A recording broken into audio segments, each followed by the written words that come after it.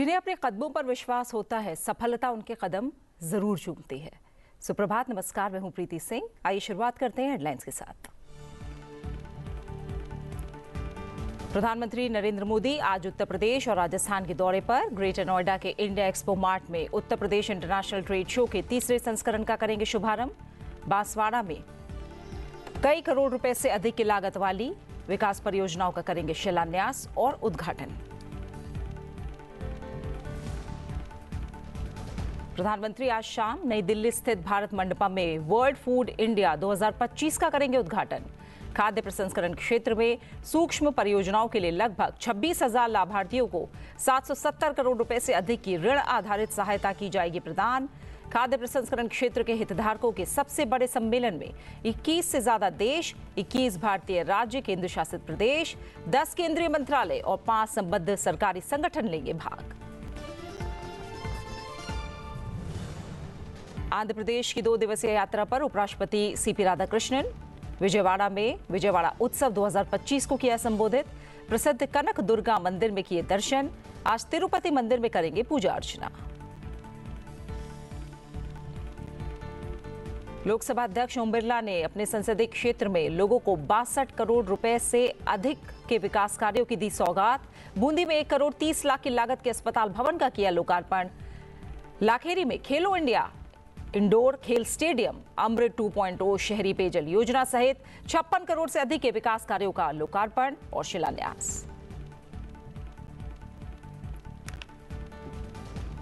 और Asia cup 2025 में भारत ने अपनी जगह की पक्की। बांग्लादेश को 41 रनों से हराकर फाइनल में पहुंचा भारत।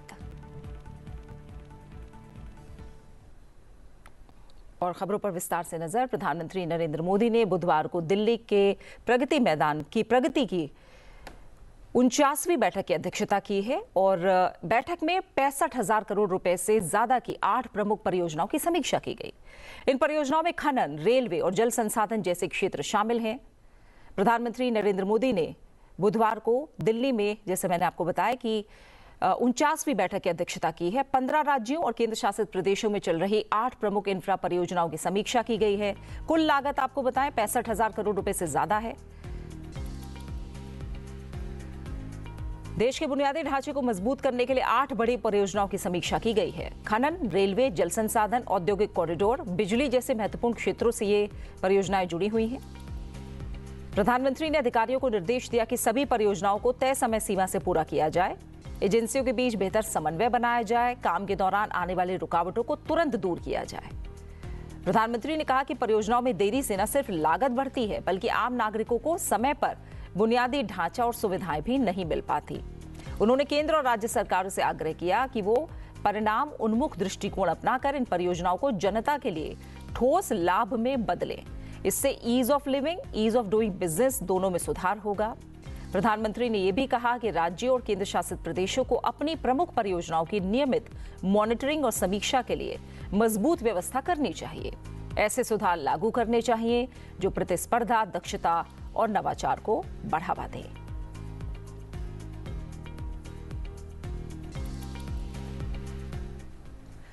प्रधानमंत्री नरेंद्र मोदी आज उत्तर प्रदेश और राजस्थान के दौरे पर रहेंगे। आज सुबह ग्रेटर नोएडा में उत्तर प्रदेश अंतर्राष्ट्रीय व्यापार शो 2025 का उद्घाटन करेंगे और इसके बाद प्रधानमंत्री राजस्थान के बांसवाड़ा में 1 लाख करोड़ से ज्यादा की विकास परियोजनाओं का भी शिलान्यास और उद्घाटन करेंगे। Make in India, vocal for local और आत्मनिर्भर भारत के प्रति अपनी प्रतिबद्धता के अनुरूप प्रधानमंत्री गौतम बुद्ध नगर जिले की ग्रेटर नोएडा में उत्तर प्रदेश अंतर्राष्ट्रीय व्यापार शो 2025 का उद्घाटन करेंगे। ये व्यापार मेला परम स्रोत यहीं से शुरू होता है। इस विषय पर 25 से 29 सितंबर तक आयोजित किया जाएगा और इसका विषय यानी थीम है परम स्रोत यहीं से शुरू होता है। 3 मुख्य उद्देश्य इसके अंतर्गत होंगे: नवाचार, एकीकरण और अंतर्राष्ट्रीयकरण। एक त्रिआयामी क्रेता रणनीति, अंतर्राष्ट्रीय जो खरीदार हैं उनके लिए, घरेलू व्यवसाय से व्यवसाय यानी B2B खरीदारों के लिए, घरेलू व्यवसाय से उपभोक्ता यानी B2C क्रेताओं को लक्षित किया जाएगा। निर्यातकों, छोटे व्यवसायों और उपभोक्ताओं सभी को समान अवसर प्राप्त होंगे। यूपीआईटीएस 2025 राज्य की विविध शिल्प परंपराओं, आधुनिक उद्योगों, सशक्त एमएसएमई और उभरते उद्यमियों को एक ही मंच पर प्रदर्शित करेगा। हस्तशिल्प, वस्त्र, चमड़ा, कृषि, खाद्य प्रसंस्करण, आईटी, इलेक्ट्रॉनिक्स, आयुष जैसे प्रमुख क्षेत्रों का प्रतिनिधित्व होगा। इसमें उत्तर प्रदेश की समृद्ध कला, संस्कृति और व्यंजनों को भी एक ही मंच पर प्रदर्शित किया जाएगा। रूस एक भागीदार देश के रूप में भाग लेगा, जिससे द्विपक्षीय व्यापार, प्रौद्योगिकी आदान प्रदान और दीर्घकालिक सहयोग के नए रास्ते खुलेंगे और रणनीतिक महत्व भी बढ़ेगा। इस व्यापार मेले में 2400 से ज्यादा प्रदर्शक, 1,25,000 B2B आगंतुक और करीब 4.5 लाख B2C आगंतुक भाग लेंगे। यशस्वी प्रधानमंत्री नरेंद्र मोदी जी के विजन के अनुरूप नए भारत का नया उत्तर प्रदेश औद्योगिक और व्यापारिक क्षेत्र में छू रहा है नित नई ऊंचाइयां।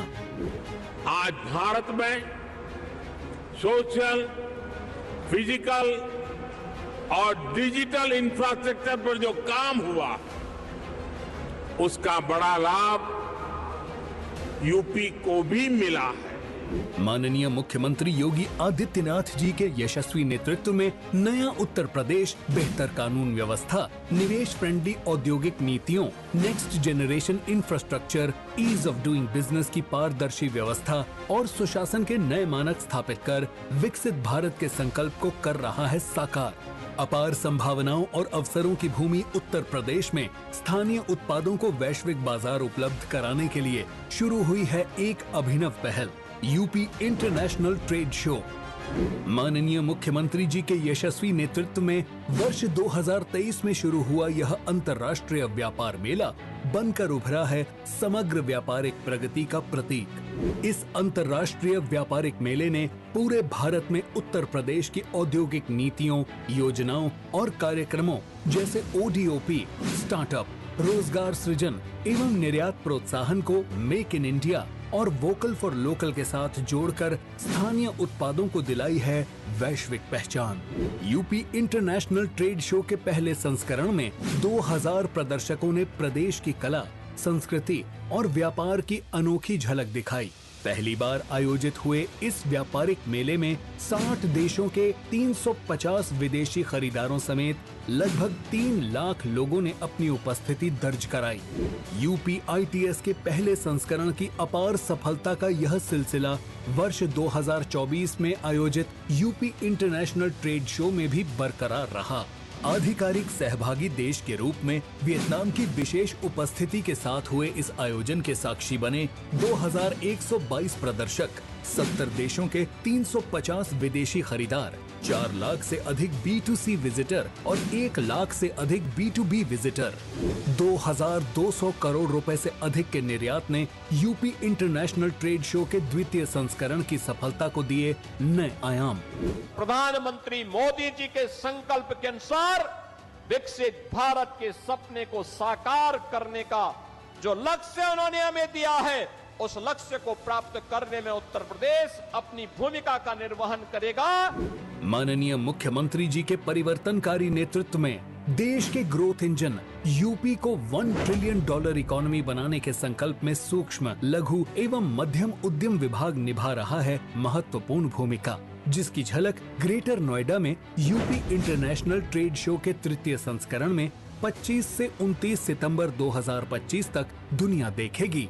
आप भी आइए आत्मनिर्भर, समृद्ध और नए उत्तर प्रदेश के तीसरे वैश्विक व्यापारिक महाकुंभ का हिस्सा बनकर अपने व्यवसाय को दीजिए वैश्विक उड़ान। UP international trade show, sourcing का अद्वितीय मंच। और इसके बाद प्रधानमंत्री दोपहर करीब 1:45 पर राजस्थान पहुंचेंगे, जहां वो बांसवाड़ा में केंद्र और राज्य सरकार की 1,22,100 करोड़ रुपए से ज्यादा की लागत वाली कई विकास परियोजनाओं का शिलान्यास और उद्घाटन करेंगे।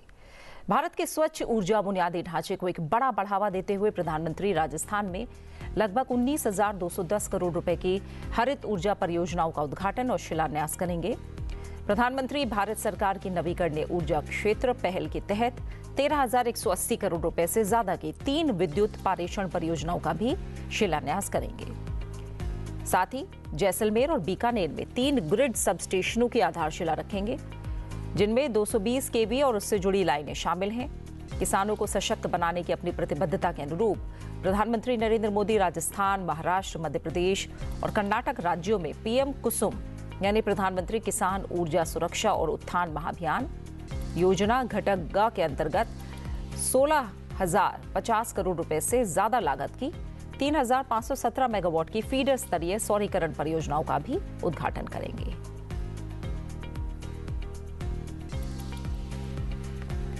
रामजल सेतु लिंक परियोजना को बढ़ावा देने और जल सुरक्षा के अपने दृष्टिकोण को आगे बढ़ाते हुए प्रधानमंत्री राजस्थान में 20,830 करोड़ रुपए से ज्यादा की लागत वाली जल संसाधन परियोजनाओं का शिलान्यास और उद्घाटन करेंगे।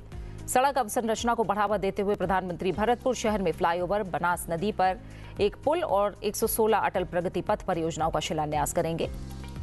भरतपुर में 250 बिस्तरों वाले आरबीएम अस्पताल, जयपुर में आईटी विकास और ई गवर्नेंस केंद्र, मकराना में ट्रीटमेंट प्लांट और पंपिंग स्टेशनों सहित सीवरेज प्रणाली और मंडावा और झुंझुनू में सीवरेज और जलापूर्ति परियोजनाओं का भी उद्घाटन करेंगे।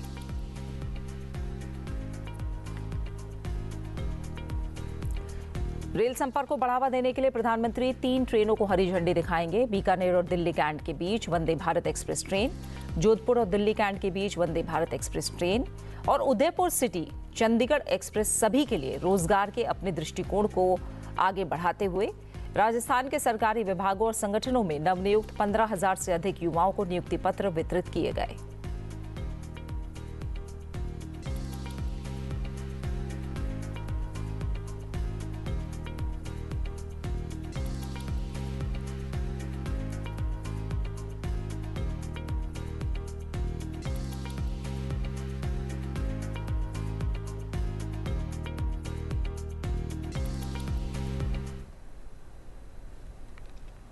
और आइए अब रुक करते अगली खबर का। अन्नदाता से विश्व विजेता तक की यात्रा में एक नया अध्याय जुड़ने जा रहा है।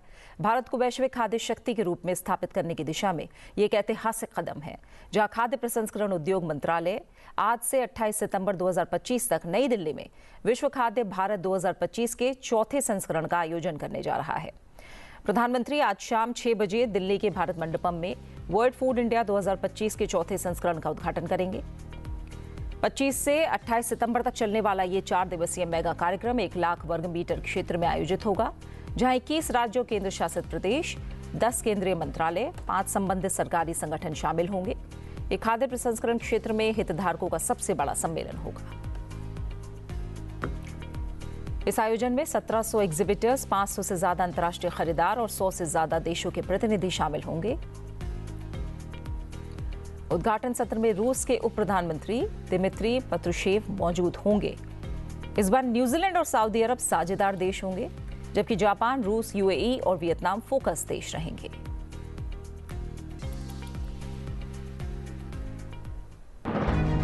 भारत, जहां आतिथ्य सत्कार उसकी संस्कृति में बसता है और पूरे विश्व में जहां का स्वाद सबको मंत्रमुग्ध कर देता है, वो भारत फूड प्रोसेसिंग के जरिए कंज्यूमर्स को नई और आधुनिक तकनीक से बेहतर शेल्फ लाइफ, सस्टेनेबल और हेल्दी फूड प्रोडक्ट्स उपलब्ध करा रहा है।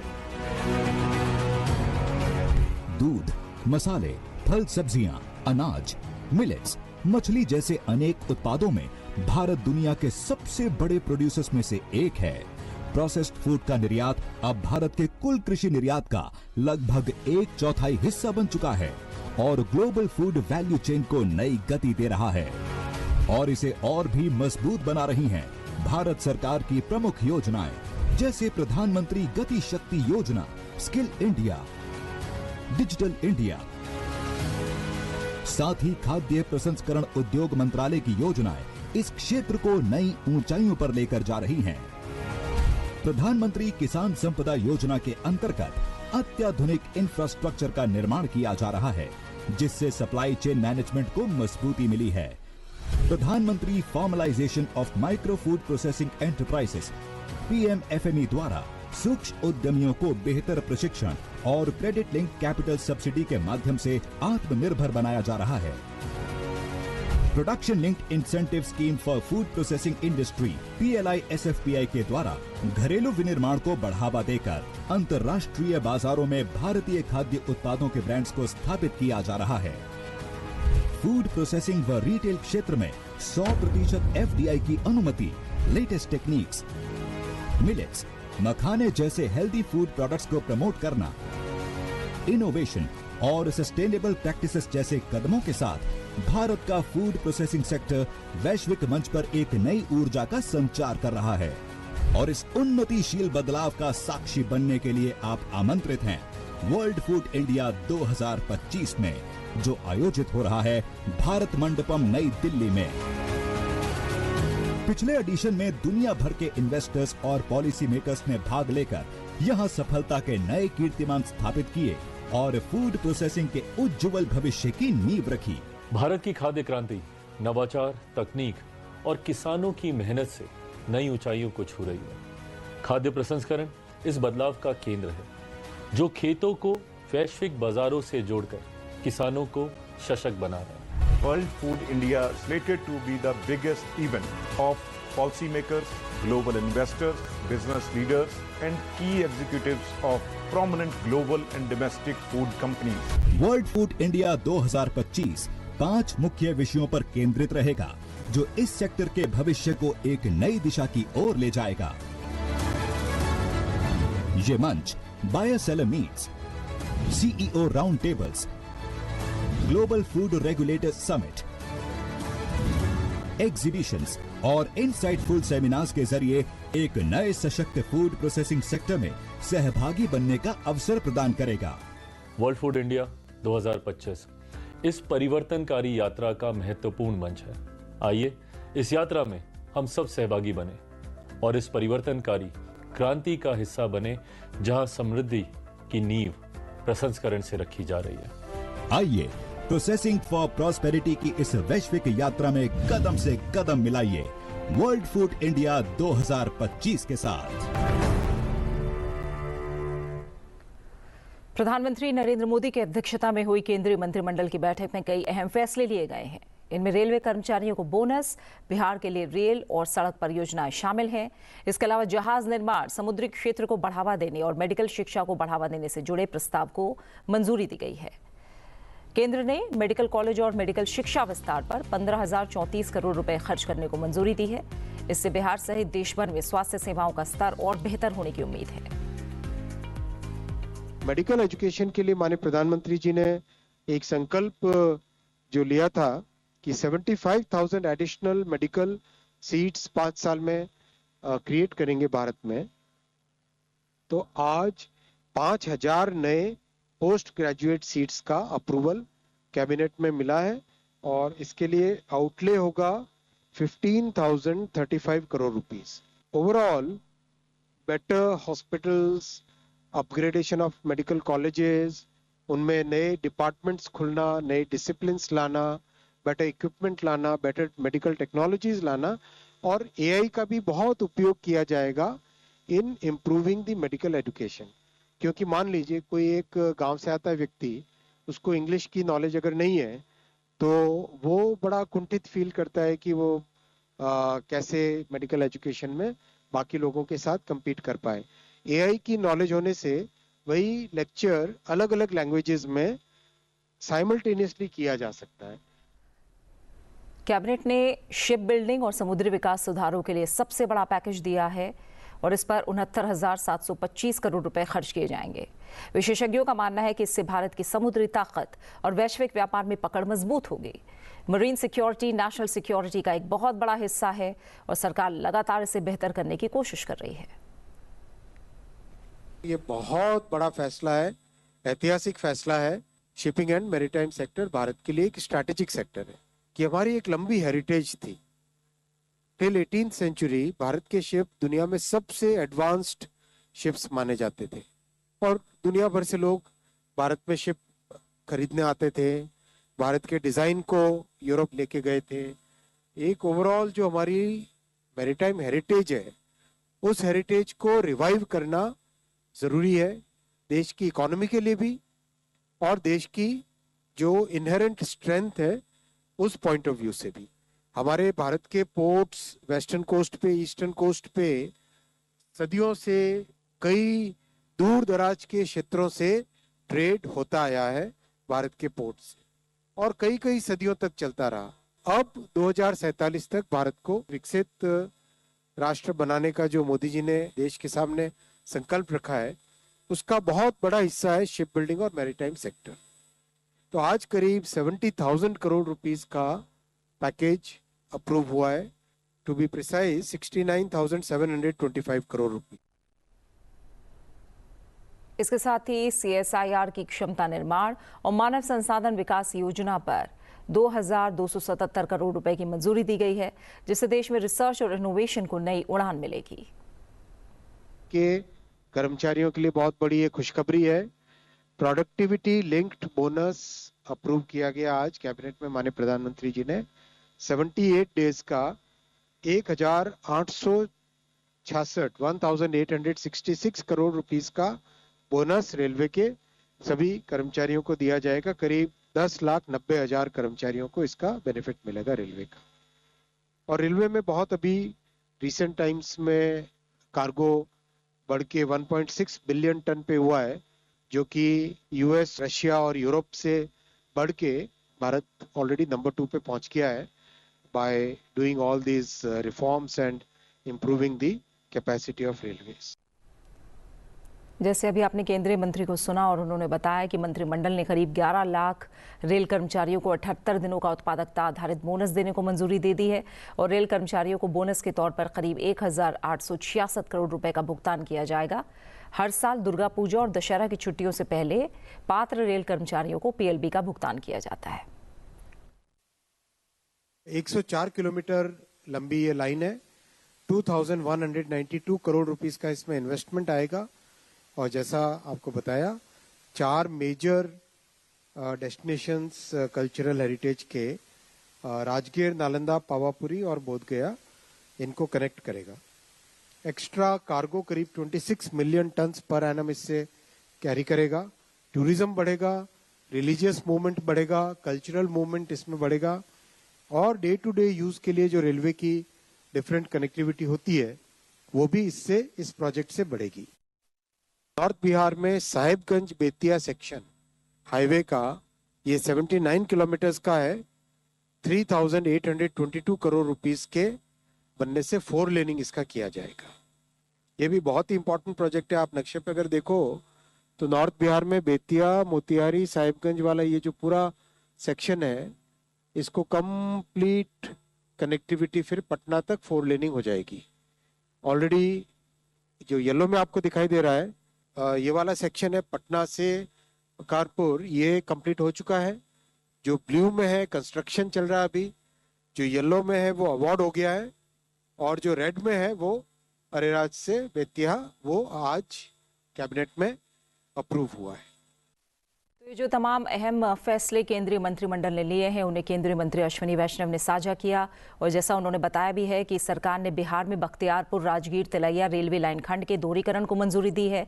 2,192 करोड़ रुपए की लागत होगी। 4 जिले कवर होंगे। भारतीय रेलवे ने मौजूदा नेटवर्क में लगभग 104 किलोमीटर की वृद्धि की है। साथ ही साहिबगंज बेतिया NH 139W को 4 लेन बनाने पर 3,822 करोड़ रुपए मंजूर किए गए हैं। इससे सीमांचल और उत्तर बिहार के लोगों को तेज रफ्तार कनेक्टिविटी भी मिलेगी। आइए आगे बढ़ते हैं। प्रधानमंत्री नरेंद्र मोदी की अध्यक्षता में जो फैसले लिए उस खबर के बाद अब आगे बढ़ते हैं उपराष्ट्रपति CP राधाकृष्णन से जुड़ी खबर पर। उन्होंने अपनी पहली आधिकारिक यात्रा पर आंध्र प्रदेश के विजयवाड़ा में आयोजित विजयवाड़ा उत्सव में हिस्सा लिया। इस अवसर पर उनकी पत्नी और सुमति भी उनके साथ मौजूद थी। उनकी पत्नी आर सुमति भी उनके साथ मौजूद थी और उपराष्ट्रपति ने इस कार्यक्रम को संबोधित किया और कहा कि आंध्र प्रदेश को वो देश की अन्नपूर्णा मानते हैं और ये राज्य सभी क्षेत्रों में तेजी से आगे बढ़ रहा है। उन्होंने ये विश्वास जताया कि जल्दी विकसित आंध्र प्रदेश का सपना साकार होगा। We always worship goddess. Navaratri is for goddess. Navaratri, we are celebrating so many festivals all over the country.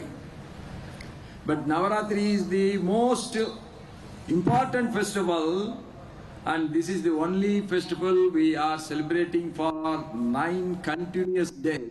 That is the greatness of it. Everybody is talking about equal right to woman, equal right to woman, equal right to woman.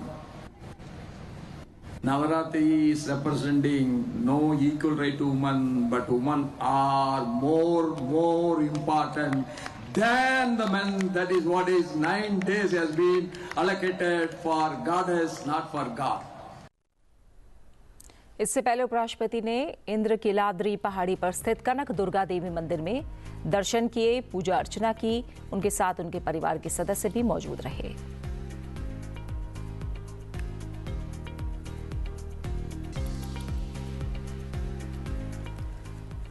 Lok Sabha अध्यक्ष ओम बिरला ने अपने संसदीय क्षेत्र बूंदी के इंद्रगढ़ सुमेरगंज मंडी में 62 करोड़ रुपए से ज्यादा के विकास कार्यों का लोकार्पण और शिलान्यास किया। लोकसभा अध्यक्ष ओम बिरला ने 1 करोड़ 30 लाख की लागत में ग्राम पंचायत घाट का बराना में नवनिर्मित प्राथमिक स्वास्थ्य केंद्र का भी लोकार्पण किया है। इसके आसपास के लोगों को बेहतर स्वास्थ्य सुविधा मिलेगी। संसदीय क्षेत्र के लाखेरी में खेलो इंडिया इंडोर खेल स्टेडियम, अमृत 2.0 शहरी पेयजल योजना, इसके अलावा 56 करोड़ से अधिक के विकास कार्यों का लोकार्पण और शिलान्यास किया गया है। आधुनिक सुविधाओं से लैस ये खेल स्टेडियम एक भवन नहीं है, बल्कि युवाओं के सपनों को पंख देने का माध्यम है। लोकसभा अध्यक्ष ने विश्वास जताया कि यहां से निकलने वाले खिलाड़ी न सिर्फ क्षेत्र का बल्कि पूरे देश का गौरव बढ़ाएंगे। लोकसभा अध्यक्ष ओम बिरला ने केशव राय पाटन, कापरेन, लाखेरी और इंद्रगढ़ में पेयजल परियोजनाओं की आधारशिला भी रखी। आने वाले 3 दशकों तक सतत पेयजल आपूर्ति इससे सुनिश्चित हो जाएगी। साथ ही गेंडोली झालीजी का बराना सड़क क्षेत्र की कनेक्टिविटी को और सशक्त बनाएगी। इंद्रगढ़ चाकड़ पेयजल परियोजना से 49 गांवों को स्वच्छ पेयजल आपूर्ति सुनिश्चित हो सकेगी।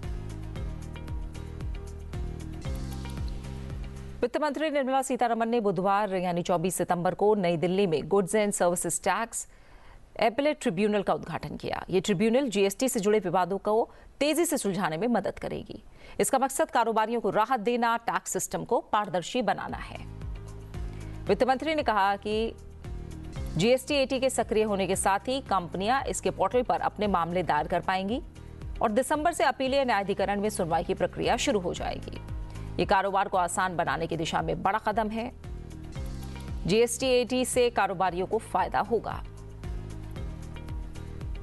Modernization of GSTAT is an important milestone, but more than that, it's a living example of how reforms in India evolve. So it is not a formulation which comes out of somebody's office and gets implemented, but it is something which has evolved with stakeholders putting their minds together, thoughts together.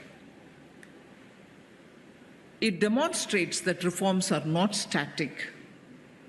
GSTAT itself has passed through multiple stages of evolution. It was tested in courts, refined in the council, strengthened in the parliament, and finally implemented for the benefit of the taxpayers and all citizens. So what began in 2017 as one nation, one tax, one market, now has also added one more, one nation, one forum for fairness and for certainty. Fairness and certainty. So I'm confident that under the guidance of the Honorable President and the members of the GSTAT, this forum will become a true symbol of justice for taxpayers, a pillar of trust for businesses, and also a catalyst for India's continued economic growth. विदेश मंत्री S Jaishankar ने हिंद प्रशांत द्वीप समूह सहयोग मंच यानी FIPIC के विदेश मंत्रियों की एक बैठक की मेजबानी की, जिसमें स्वास्थ्य प्रौद्योगिकी और दक्षता विकास पर जोर देते हुए जन केंद्रित एजेंडे की पुष्टि की गई है। ये बैठक संयुक्त राष्ट्र महासभा के 80वें सत्र के इतर आयोजित हुई और बैठक के बाद विदेश मंत्री ने एक्स पर लिखा कि न्यूयॉर्क में हिंद प्रशांत द्वीप समूह सहयोग मंच के विदेश मंत्रियों की बैठक की मेजबानी करके खुशी हुई और ये देखकर प्रसन्नता हुई कि हिंद प्रशांत द्वीप समूह सहयोग मंच 3 शिखर सम्मेलन में प्रधानमंत्री नरेंद्र मोदी द्वारा घोषित 12 सूत्रीय कार्य योजना लगातार प्रगति कर रही है। एस जयशंकर ने बैठक में कहा कि भारत और प्रशांत द्वीपीय देश विकास साझेदार हैं और दोनों पक्षों का एजेंडा पूरी तरह से जन केंद्रित है। उन्होंने इस बात पर भी जोर दिया कि भारत की प्राथमिकता स्वास्थ्य सेवा, प्रौद्योगिकी, क्षमता निर्माण और प्रशिक्षण जैसे क्षेत्रों में सहयोग को आगे बढ़ाना है। केंद्रीय माध्यमिक शिक्षा बोर्ड यानी सीबीएसई ने 10वीं और 12वीं की बोर्ड परीक्षाओं के लिए संभावित तारीखों की घोषणा कर दी है। सीबीएसई बोर्ड परीक्षा 2026 की टेंटेटिव डेट का ऐलान हुआ है। बोर्ड परीक्षाएं 2 बार होंगी। सीबीएसई अगले साल यानी 2026 से 10वीं की बोर्ड परीक्षाएं साल में 2 बार आयोजित करेगा। कक्षा 10 की बोर्ड परीक्षा का पहला संस्करण 17 फरवरी से 9 मार्च तक होगा। दूसरा संस्करण 15 मई से 1 जून 2026 तक होगा। पहली परीक्षा में सभी छात्रों का शामिल होना अनिवार्य है, लेकिन दूसरी परीक्षा वैकल्पिक होगी। सीबीएसई कक्षा 12 की बोर्ड परीक्षाएं 17 फरवरी से 9 अप्रैल 2026 तक आयोजित की जाएंगी। खेल की दुनिया की अहम खबर है, एशिया कप 2025 के फाइनल में भारत ने अपनी जगह पक्की कर ली है। सुपर 4 में 24 सितंबर को एक अहम मुकाबले में बांग्लादेश को 41 रनों से हराकर फाइनल में अपनी जगह बनाई। बांग्लादेश ने टॉस जीता, पहले गेंदबाजी का फैसला किया और पहले बल्लेबाजी करने उतरी भारतीय टीम ने तेज शुरुआत की। भारत ने पहले बल्लेबाजी करते हुए 20 ओवर में 6 विकेट के नुकसान पर 168 रन बनाए। शुभमन गिल और अभिषेक शर्मा ने पहले विकेट के लिए 77 रन जोड़े। हालांकि गिल के आउट होने के बाद रन गति पर असर पड़ा। अभिषेक ने 25 गेंद पर अपना अर्धशतक पूरा किया। लक्ष्य का पीछा करने उतरी बांग्लादेश की पूरी टीम 19.3 ओवर में 127 रन ही बना पाई। बुमराह ने तंजीद को आउट करके भारत को पहली सफलता दिलाई। इसके बाद लगातार विकेटों के गिरने का सिलसिला शुरू हुआ और 100 के स्कोर तक आते आते आधी टीम पवेलियन लौट चुकी थी। इस जीत के साथ भारत के 4 अंक हो गए हैं और वो पॉइंट्स टेबल में पहले स्थान पर है। और इसी के साथ सुप्रभात में फिलहाल मेरे साथ इतना ही। आप बने रहिए सनसद टीवी के साथ। नमस्कार।